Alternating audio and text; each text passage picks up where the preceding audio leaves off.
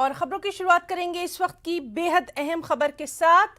कौमी तहकीकाती एजेंसी यानी NIA ने आज अनंतनाग के अछबल और पांजत काजीगुंड इलाकों में छापेमारी की है। इस दौरान NIA ने जम्मू कश्मीर पुलिस और CRPF के इश्तिराक से कई रिहायशी घरों की तलाशी कार्रवाई की। जराये के मुताबिक कश्मीर में NIA ने तकरीबन 15 मुकामात पर यह छापेमारी की है। इस दौरान लैपटॉप, मोबाइल फोन और दीगर मटीरियल जब्त किया गया। ये कार्रवाई दहशतगर्दाना कार्रवाइयों, TRF मॉड्यूल और कश्मीर में हालिया हलाकतों की तहकीकात के तनाजुर में अमल में लाई जा रही है। तो NIA ने अनंतनाग के अछबल और पांजत काजीगुंड इलाकों में छापेमारी की है। मजीद तफसीलात के लिए सीधे रुख करेंगे अनंतनाग का। हमारे साथ मौजूद है हमारे नुमाइंदे मुदस्सिर कादरी। मुदस्सिर, आपसे जानना चाहेंगे आज फिर NIA की बेहद अहम कार्रवाई किन किन मुकामात पर हुई है और अभी तक क्या कुछ जानकारी?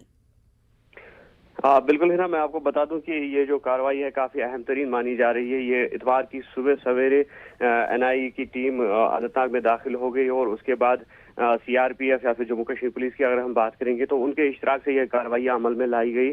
और अछबल एक एरिया है और उसके अलावा जो पांजत काजीगुंड का इलाका है वहां पर जो है मल्टीपल रेड्स डाले गए। लगभग 4 लोकेशंस के जराये के हवाले से अगर हम बात करेंगे तो 4 लोकेशंस पर ये छापामारी अमल में लाई गई। और इस दौरान जो हमारे पास खबर है 5 अफराद को तहवील में ले लिया गया है, जिनमें से 4 का ताल्लुक जो है अछबल अनंतनाग से है और एक जो शबीर अहमद नाम उनका बताया जा रहा है तो उनका ताल्लुक जो है पांजत काजीगुंड से बताया जा रहा है। तो उनको फिलहाल NIA ने तहवील में ले लिया है और उनसे क्वेश्चनिंग जो है, पूछताछ जो है वो जारी है। और कुल मिलाकर अगर पूरे कश्मीर वैली की हम बात करेंगे तो हमारा जो जराया है तो उसके मुताबिक 16 लोकेशंस ऐसी है जहां पर ये multiple raids back to back डाले गए हैं NIA की जानिब से। और श्रीनगर में भी या फिर पांपोर एरिया की अगर हम बात करेंगे तो वहां पर भी ये छापामारियां जो है अमल में लाई गई है। तो जराये के हवाले से ये खबर मिली है कि जो TRF का मॉड्यूल है तो उस हवाले से भी ये छापामारियां की जा रही है। और जो हाल ही में भटंडी एरिया जम्मू की अगर हम बात करेंगे तो वहां पर एक IED जो रिकवर हुई थी तो उस हवाले से भी ये छापामारियां अहम मानी जा रही है। और दूसरा जो पहले ही इससे कबल जो छापामारी अंजाम दी गई थी वॉइस ऑफ हिंद जो मैगजीन है TRF या फिर दूसरी जो मिलिटेंट ऑर्गेनाइजेशन है तो मॉड्यूल के तहकीकात के हवाले से ये छापामारियां जो है वो तो डाली जा रही है। माना जा रहा है NIA की इस कार्रवाई को और लगातार आज दिन भर इस अहम खबर पर हमारी भी नजर बनी रहेगी। बहुत बहुत शुक्रिया आपका तमाम तर तफसीलात के लिए। एक और अहम खबर, लखीमपुर सानहे के अहम मुल्जिम आशीष मिश्रा को 12 घंटे की पूछताछ के बाद बिलाखिर गिरफ्तार कर लिया गया।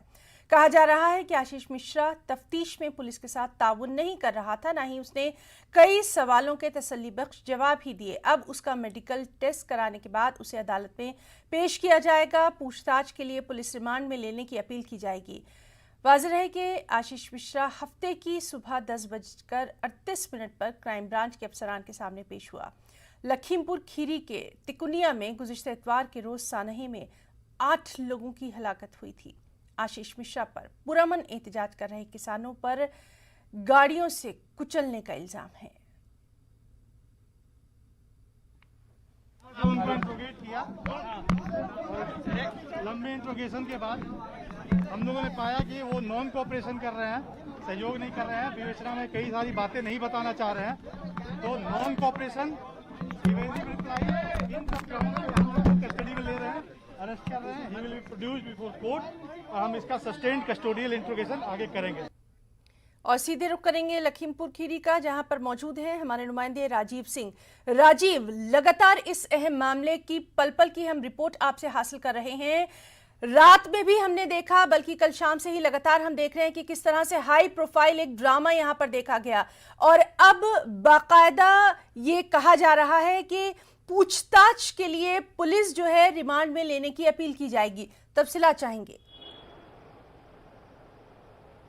देखिए हिना, बीते शनिवार को जो एसआईटी की टीम थी जो इस मामले की जांच कर रही थी, उसने इस मामले के मुख्य आरोपी आशीष मिश्रा को पूछताछ के लिए बुलाया था और करीब 12 घंटे की पूछताछ के दौरान कई वो अहम सवाल पूछे, लेकिन आशीष मिश्रा ने उनका कोई संतोषजनक उत्तर नहीं दिया। इस दौरान उनसे ये पूछा गया कि जब घटना हुई तो क्या वो घटनास्थल पर मौजूद थे, तो उन्होंने कहा मैं घटनास्थल पर नहीं मौजूद था और उसके लिए जो साक्ष्य वो लेकर आए थे उसके जरिए वो ये नहीं प्रूव कर पाए कि वो घटनास्थल पर नहीं थे।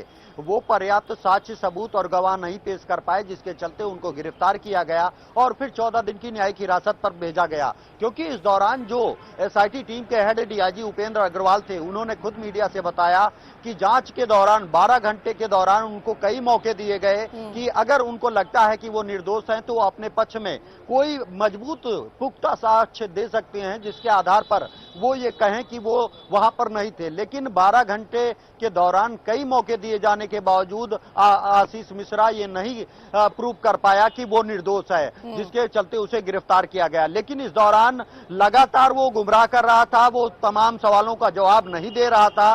इसके चलते अब एसआईटी की टीम जल्द ही उसको रिमांड पर लेने की अर्जी दाखिल करेगी और रिमांड पर लेकर पुलिस कस्टडी में लेकर उससे कड़ी पूछताछ करेगी। इस मामले में अब तक 3 लोगों को गिरफ्तार कर जेल भेजा जा चुका है। तो ऐसे में उम्मीद जताई जा रही है कि जो लोग गिरफ्तार किए गए हैं उनको आमने सामने बिठाया जाएगा और फिर ये पता लगाया जाएगा कि आखिर 3 अक्टूबर को जो हिंसा हुई थी, जिसमें 4 किसान और 1 पत्रकार समेत 8 लोगों की मौत हुई थी, उस घटना का असल जिम्मेदार कौन है और क्या ये घटना एक सोची समझी साजिश के तहत की गई। क्योंकि किसानों का आरोप है कि केंद्रीय गृह राज्य मंत्री अजय मिश्रा कुछ दिन पहले एक भाषण में वो धमकी देते नजर आ रहे थे कि लोगों को ये पता रखना चाहिए कि मैं सांसद, विधायक और मंत्री से पहले कुछ और भी था और मुझे 2 मिनट नहीं लगेंगे उनको सुधारने में।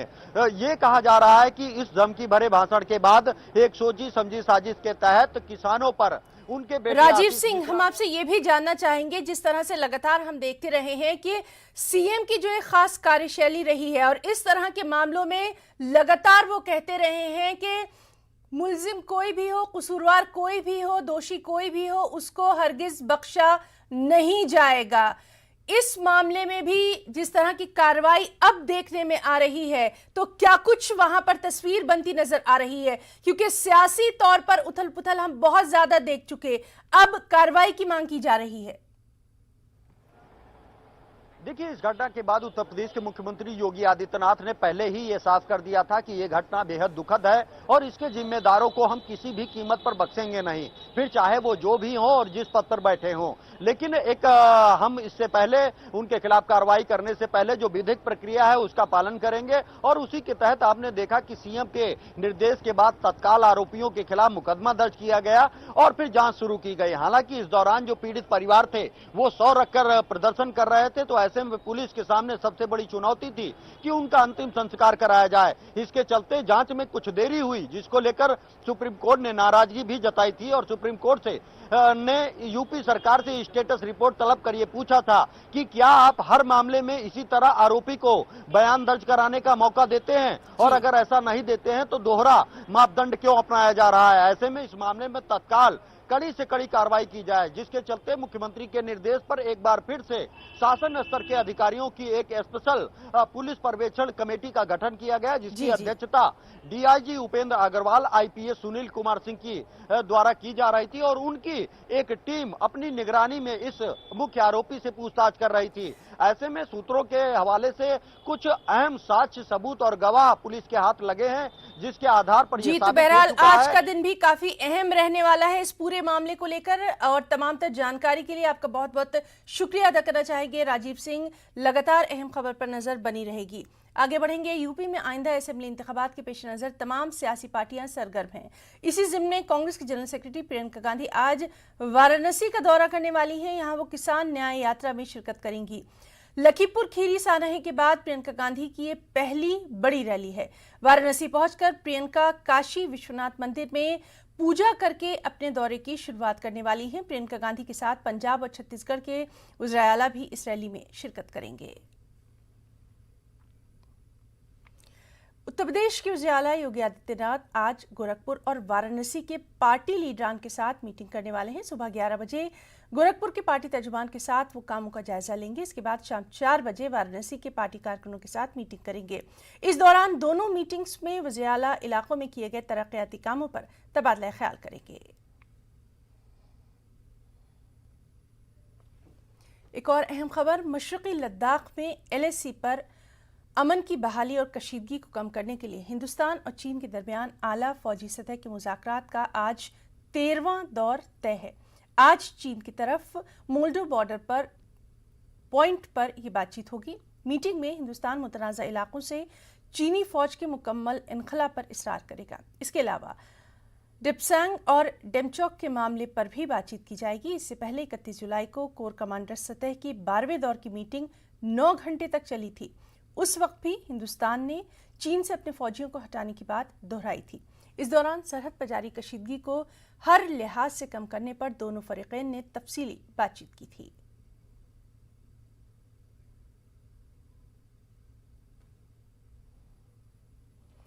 तो आपको बताएं कि मशरक़ी लद्दाख में LAC पर अमन की बहाली और कशीदगी को कम करने के लिए हिंदुस्तान और चीन के दरमियान आला फौजी सतह के मुज़ाकरात का आज 13वां दौर है। इससे पहले भी और चलिए सीधे रुख करेंगे हमारे नुमाइंदे संदीप बोल का। संदीप, आपसे जानना चाहेंगे, काफ़ी अहम इस मीटिंग को भी माना जा रहा है, क्या कुछ अहम रहने वाला है इसमें?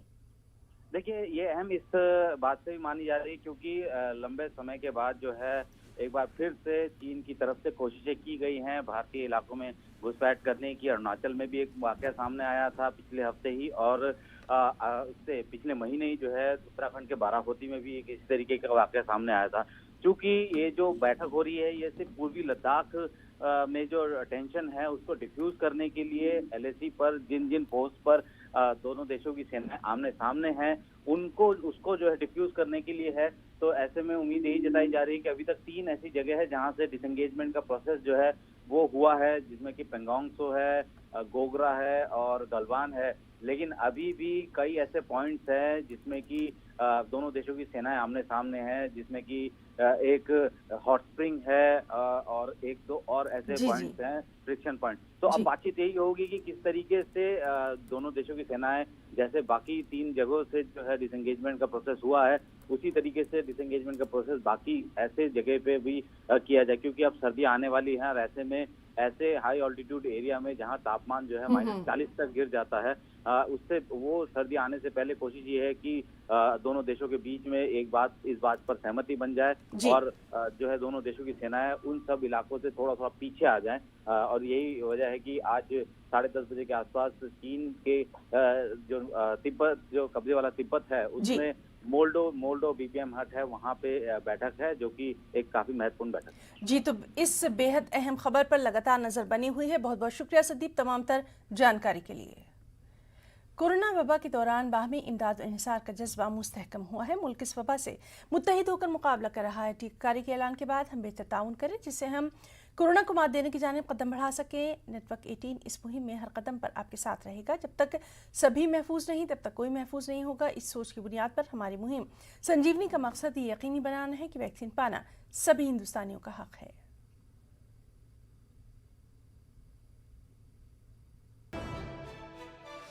इस वक्त की अफसोसनाक खबर, कनाडा के मारूफ फिल्म अदाकार सैयद निज़ामुद्दीन का इंतकाल हो गया है। कल देर रात बेंगलुरु में सैयद निज़ामुद्दीन के इंतकाल का हुआ। सत्यजीत के नाम से मशहूर थे सैयद निज़ामुद्दीन। आपको बताएं कि 650 से ज़ायद कन्नड़ फिल्मों में उन्होंने अपनी अदाकारी के जौहर दिखाए थे। कल देर रात वुडिंग अस्पताल में उनका इंतकाल हुआ और फिल्मों में वालिद के किरदार के लिए मशहूर थे। हिंदी फिल्म अंकुश में भी उन्होंने नाना पाटेकर के साथ अपनी अदाकारी के जौहर दिखाए थे। तो कन्नड़ा फिल्मों के मशहूर अदाकार सैयद निज़ामुद्दीन उर्फ सत्यजीत का इंतकाल हो गया है।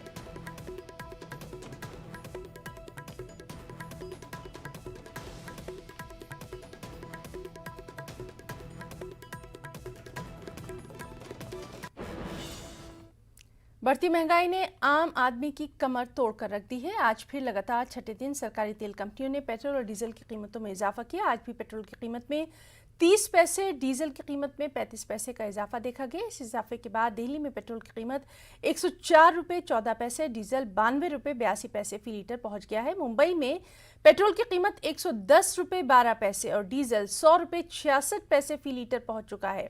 पेट्रोल और डीजल की बढ़ती कीमतों में इजाफे का सबब बैनुल-अक़वामी सतह पर खाम तेल के दामों में इजाफे को करार दिया जा रहा है। मुंबई से हमारे साथ मौजूद हैं हमारे साथी प्रशांत पांडे। प्रशांत, पेट्रोल और डीजल की कीमतें लगातार बढ़ती जा रही हैं, मुंबई का क्या कुछ हाल है? जी बिल्कुल, देखिए ध्यान करने वाली बात है क्योंकि आज छठा दिन है कि लगातार कीमतों में इजाफा हो रहा है। डीजल की कीमतों में देखा जाए तो 33 पैसों से लेकर 35 पैसों का इजाफा हुआ है। वहीं पेट्रोल की बात की जाए तो 25 पैसों तक जो है इजाफा हुआ है। आज मुंबई में जो कीमतें हैं 110 तक पहुंच चुकी हैं। देखिए, लॉकडाउन के बाद ऐसे आलम हो चुका था कि लोगों के पास नौकरियां नहीं थे, काम काज करने को कोई जरिया नहीं था, और ऐसे में कीमतों का लगातार इजाफा होना मतलब सिर्फ डीजल और पेट्रोल की कीमत नहीं बढ़ेगी, इसमें ट्रांसपोर्ट का कीमत बढ़ेगा। अगर कोई सामग्री कहीं ले जाना है तो उसकी कीमत बढ़ेगी। इसका असर जो है आपके जेब से लेकर आपके चूल्हे तक पड़ेगा। बहरहाल इसे लेकर के लोगों का अलग सा कहना है, उनका विरोध प्रदर्शन जो है अलग अलग जरिए से चालू है। जी, तो बहरहाल बढ़ती कीमतों पर कंट्रोल फिलहाल नजर नहीं आता है। बहुत बहुत शुक्रिया प्रशांत आपका तमाम तर जानकारी के लिए।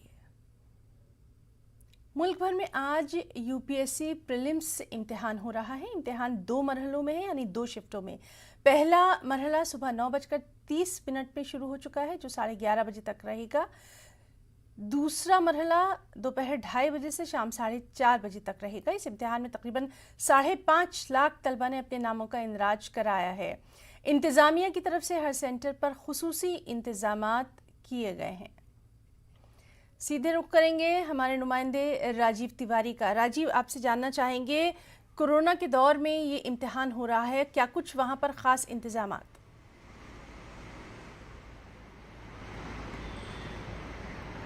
बिल्कुल, अगर देखा जाए तो आज यूपीएससी की प्रारंभिक परीक्षा हो रही है और शुरू हो गई है 9:30 बजे।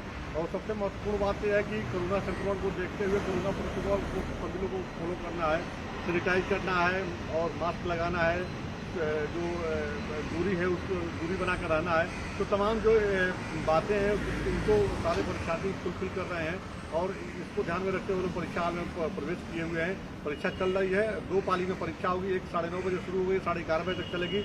दूसरी पाली की जो परीक्षा है वो 2:30 बजे शुरू होगी और शाम 7:30 4 बजे तक चलेगी। लेकिन देखा जाए तो कुल मिलाकर के सबसे ज़्यादा फोकस जो है उस कोरोना प्रोटोकॉल को लेकर के है, ताकि किसी प्रकार का कोई संक्रमण न फैले। सभी परीक्षार्थी जो पहले ही क्योंकि उनके प्रवेश पत्र पर ही देने के समय ही सूचित कर दिया गया था कि आप लोगों को फॉलो करना है कोरोना प्रोटोकॉल जो गाइडलाइन है उसको ध्यान में रखते हुए परीक्षा हाल में पहुंचे हुए परीक्षा दे रहे हैं। बहुत बहुत शुक्रिया राजीव तमाम तर जानकारी के लिए। और यूपीएससी प्रीलिम्स इम्तिहान के पेश नज़र टीएसआरटीसी मैनेजमेंट ने इम्तिहान में शिरकत करने वाले उम्मीदवारों के लिए मुफ्त ट्रांसपोर्ट की सहूलत मुहैया की है। आज तेलंगाना में उम्मीदवारों के लिए मुफ्त में ट्रांसपोर्ट की सहूलत रहेगी। उम्मीदवार अपने हॉल टिकट दिखाकर हर किस्म की सिटी बसों बेशुमार मेट्रो और एसी बस में मुफ्त में सफ़र कर सकते हैं। बिहार से खबर है, जहां के अजीम इत्तेहाद में सब कुछ ठीक नजर नहीं आ रहा। कांग्रेस और आरजेडी के बीच रस्साकशी जग जाहिर हो गई है। आज अजीम इत्तेहाद के बाज़ाब्ता टूटने का ऐलान हो सकता है। कांग्रेस के दिए गए अल्टीमेटम के बाद भी आरजेडी ने दरभंगा के कुशेश्वर स्थान सीट से उम्मीदवार का नाम वापस नहीं लिया है, जिसकी वजह से कांग्रेस नाराज चल रही है। सीधे रुख करेंगे हमारे नुमाइंदे संजय कुमार का। संजय, आपसे जानना चाहेंगे अभी वहां पर क्या कुछ सियासी हलचल? जी बिल्कुल, देखिए जिस तरीके से बिहार विधानसभा उपचुनाव को लेकर महागठबंधन में रस्साकसी शुरू हो गई है, पिछले कुछ दिनों से लगातार कांग्रेस और राजद आमने सामने हैं।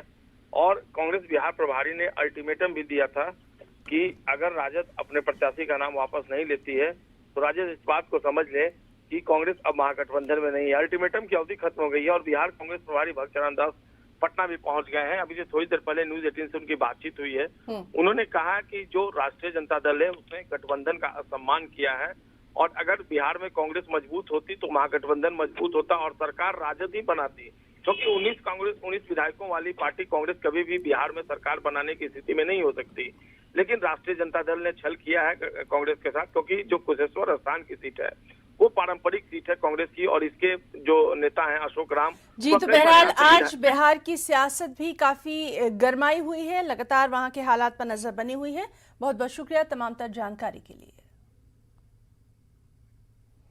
मुल्क में कोरोना के 18,166 नए मामलों की तस्दीक हुई है। वजारत सेहत की जानिब से जारी करदा आदाद-ओ-शुमार के मुताबिक पिछले 24 घंटों में 23,000 से ज्यादा अफराद सेहतयाब हुए, जबकि एक दिन में 214 अमवात दर्ज की गई।